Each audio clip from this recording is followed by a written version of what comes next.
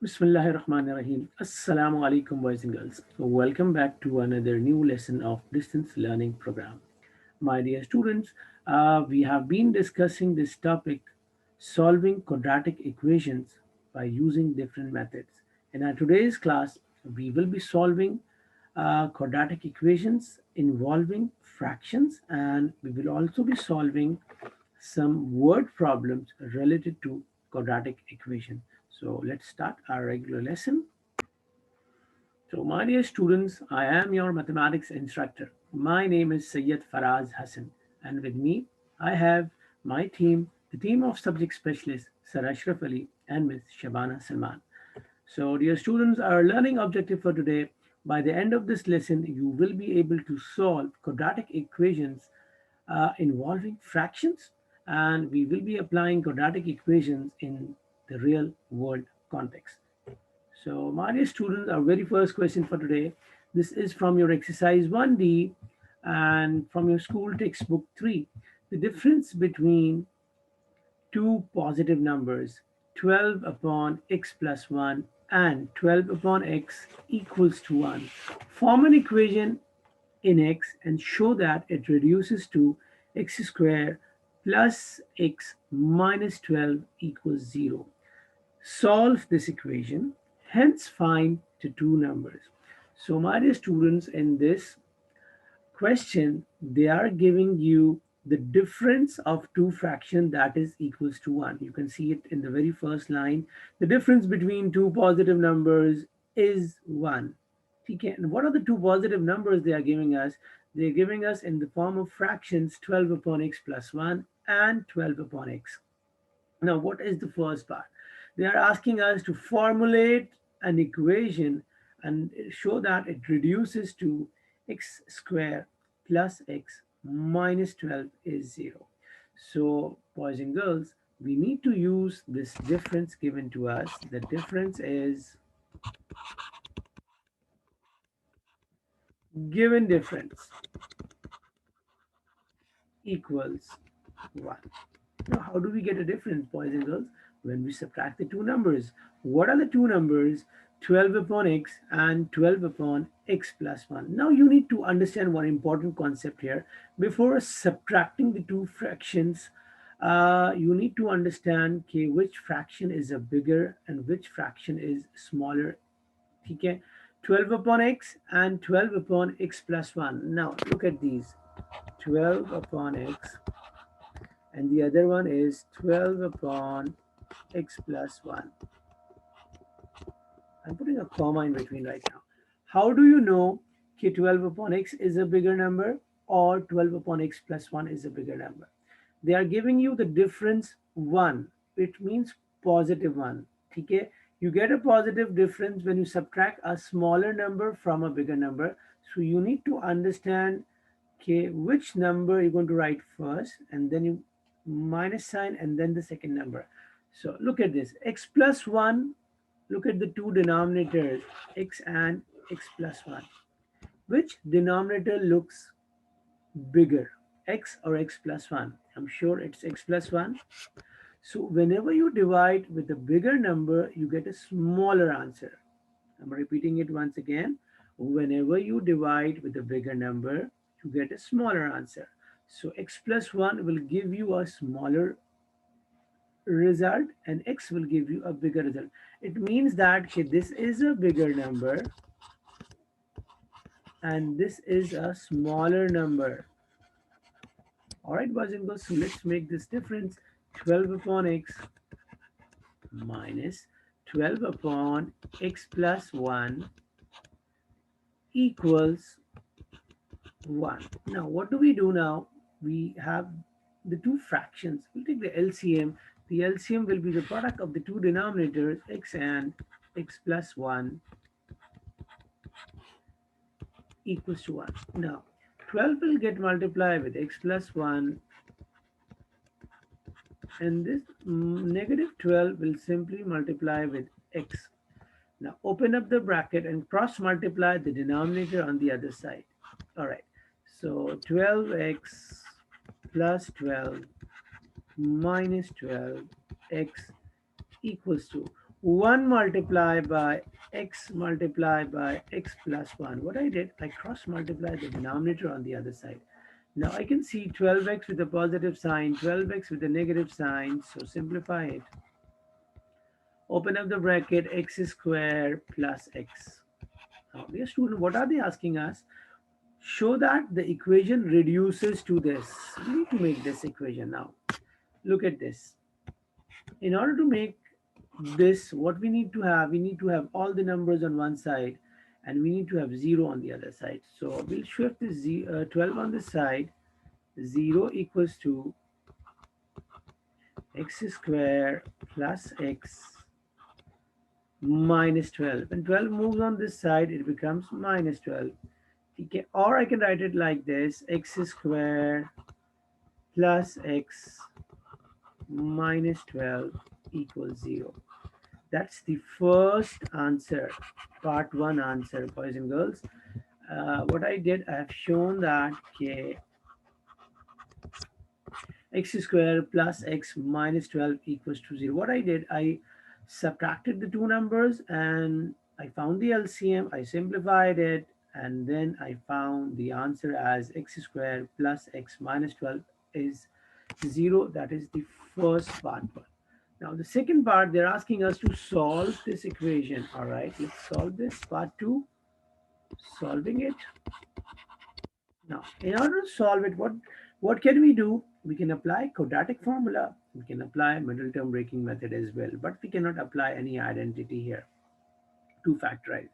So applying the middle term breaking method, 12, we can have factors 4 and 3. 4 3s are 12. So we can make the difference 4x minus 3x.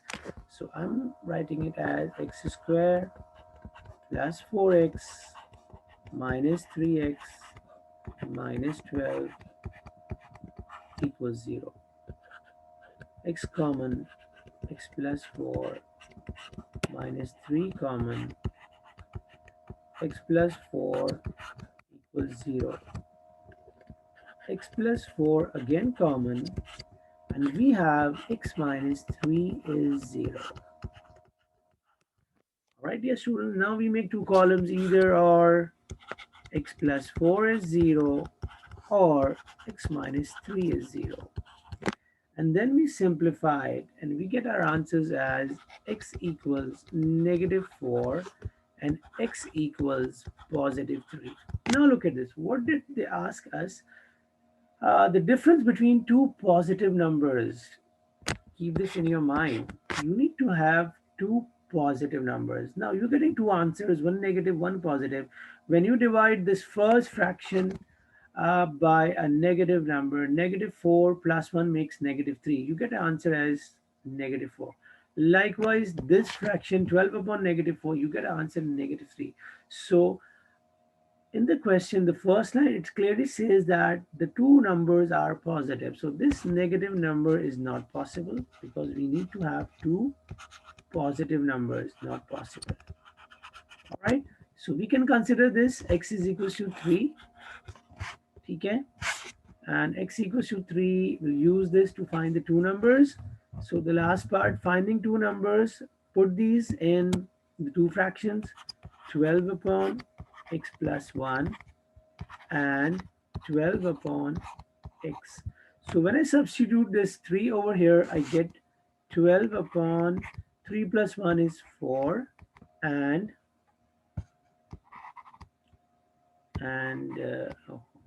why isn't writing? All right, and 12 upon 3. Simplified more, 4 ones are 4, 4 threes are 12. Okay, hold down please. No, 3 ones are 3, 3 fours are 12, and 4 ones are 4, 4 threes are 12. Therefore, I found the two required numbers are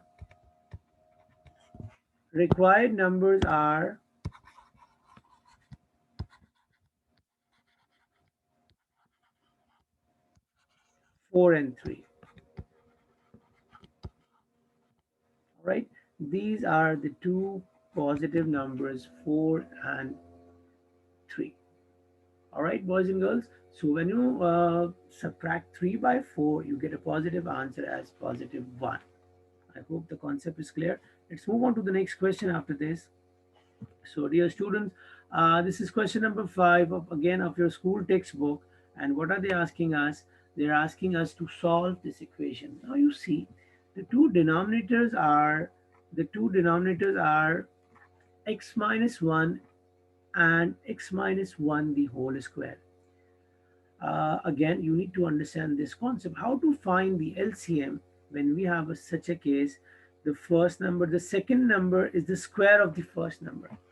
So let me give you one simple example before solving this. Look at this, 1 upon 2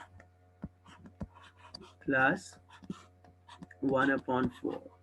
Now you see, this 4 is the square of 2. I'm talking about this 4 is the square of the first denominator 2. So what do you do? As the LCM, you write 4 is the LCM of 2 and 4. Why 4? Because 4 is the square of 2. Likewise, the two denominators over here are x minus 1 and x minus 1 the whole square.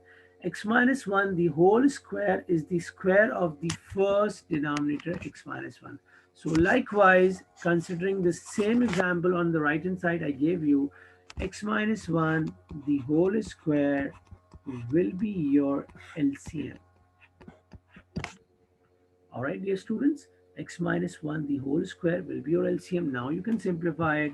So you need to multiply x minus 1 again in the first fraction. So 5 multiplied by x minus 1. Now second, x multiplied by 1 or x multiplied by nothing, right? Now cross multiply this denominator on this side.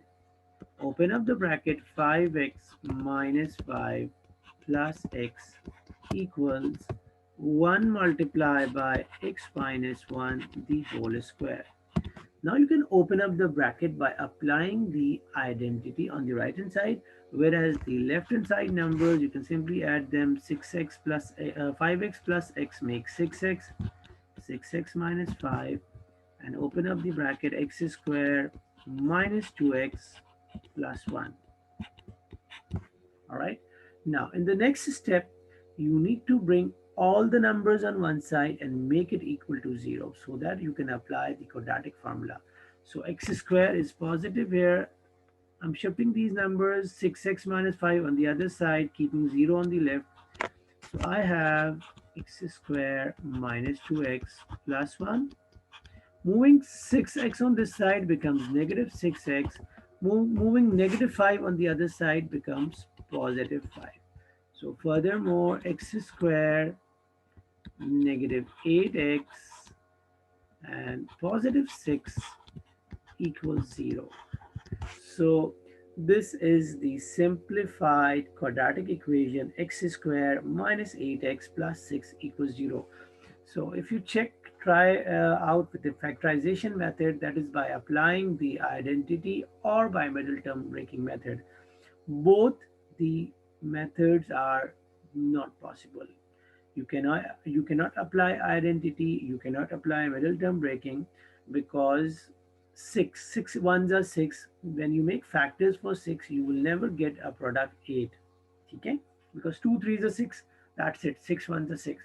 You cannot get the middle term negative 8, so we need to go for some other method. So going for quadratic formula method, take the coefficient a equals 1, b equals negative 8, and c equals 6.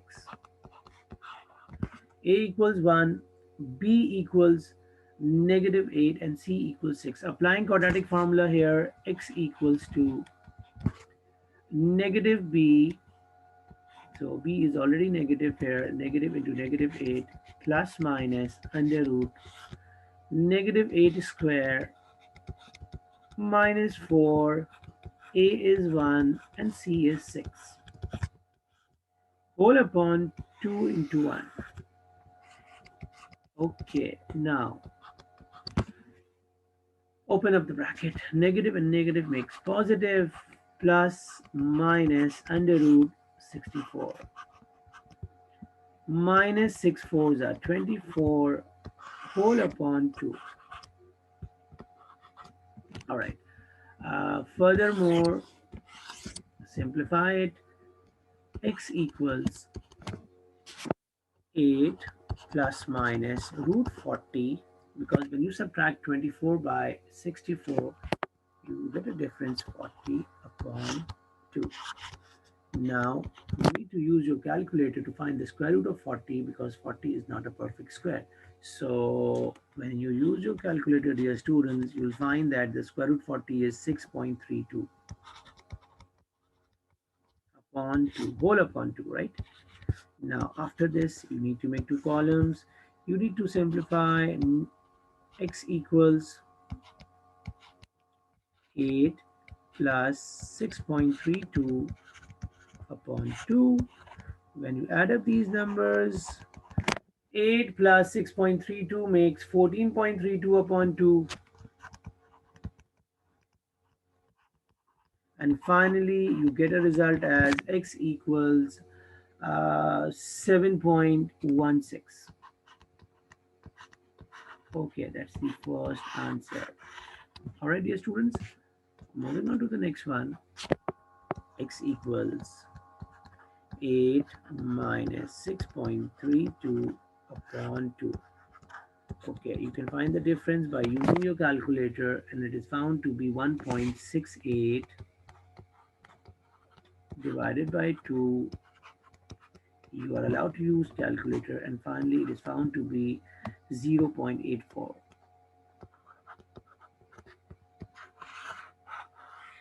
Alright, dear students, so this is how you simplify it, by finding the LCM, cross multiplying the LCM on the other side, simplifying it, making the simplified quadratic equation, now applying quadratic formula, and finally you get these two answers, x equals to 7.16 and 0.84. I hope this concept is clear to everyone. Okay. All right, the last question of the day, this is a word problem. A wire of length 200 centimeters is cut into two parts. Each part is bent to form a square. If the area of the larger square is 9 times that the smaller square, find the perimeter of the larger square. So, dear students, remember, uh, whenever make this note, whenever you are asked to solve any word problem and the figure is not given to you, okay, try to make your own figure for a better understanding. Okay, so they are saying that it is a wire of length 200 centimeters. So let's draw a simple wire like this. This is your wire, and it is of length 200 centimeters. Alright, dear students, 200 centimeters. Now, what are they talking about this wire? This wire is cut into two parts. Each part is bent to form a square. So let's cut it. I'm cutting it from here. So dear students, this is my first part, and the other part, obviously this will be my second part.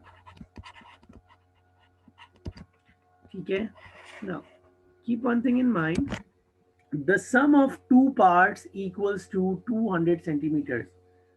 What did I say? The sum of two parts equals to 200 centimeters, because the total length of the wire is 200 centimeters. Now, what are they saying about these two parts? They are saying that each part is bent to form a square. Okay, no problem. Just make two rough squares. This one. And obviously with the bigger part, second part will have a bigger square. So we can make another bigger square over here. Okay. Now,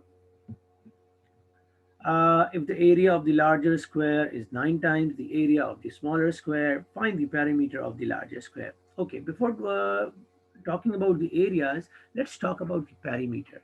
Now, let's look at the smaller square. As we know that for squares, all four sides are equal. So let's suppose the first square is having each side as x, x, x, and x.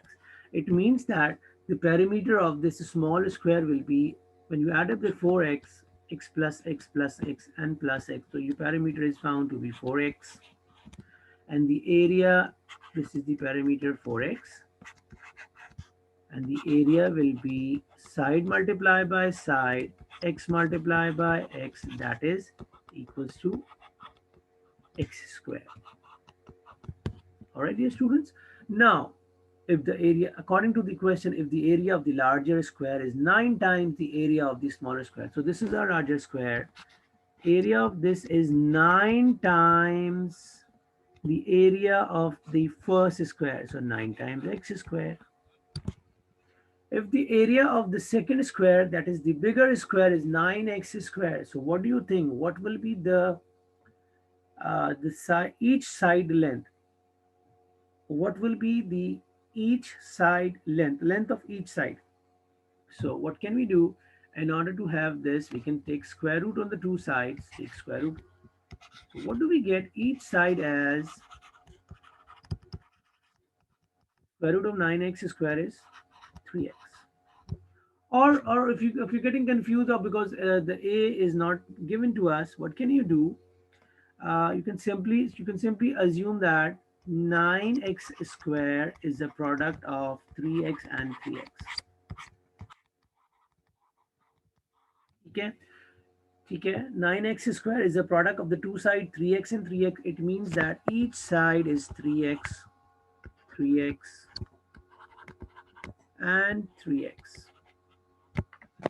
Alright, dear students, just keep this in your mind. Okay, it's a question said that if the area of the larger square is 9 times the area of the smaller square, so just keep this in mind. I'm cutting this. A is equals to 9x square. Okay. And then 9x square is a product of 3x with 3x. It means that each side is 3x centimeters. So the perimeter of this big square will be, when you add up 3x, 3x, so it will be 12x. All right. The perimeter of the bigger square, when you add up 3x's, so you'll get as 12x. Now remember, I told you when we started this question, the total perimeter, the total length of the wire is 200 centimeters. It means that when you add up the two parameters of the two squares, it would be equal to, it will be sum up to 200 centimeters. So you can make that equation, total perimeter equals 200 centimeters. Now total perimeter means the perimeter of the two squares. So the first perimeter is 4x, the second perimeter is 12x equals 200 centimeters. Now when you add up 12 and x, 16x equals 200. Cross multiply 16 on the other side. Your calculator will help you out to simplify this. 200 divided by 16, the answer is found to be 12.5. Now 12.5, x is x. What was x? X was the side of a smaller square. This wasn't required in the question. What was required in the question? Find the perimeter of the larger square. Find the perimeter of the larger square. So what was the perimeter of the larger square? We assume that p equals to 12x centimeter. So therefore, perimeter of larger square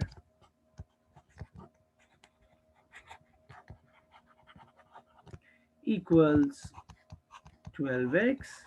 Substitute the value of x, that is 12 multiplied by 12.5. Your calculator will give you the final answer, 12 multiplied by 12.5, that is equals to 150 centimeters.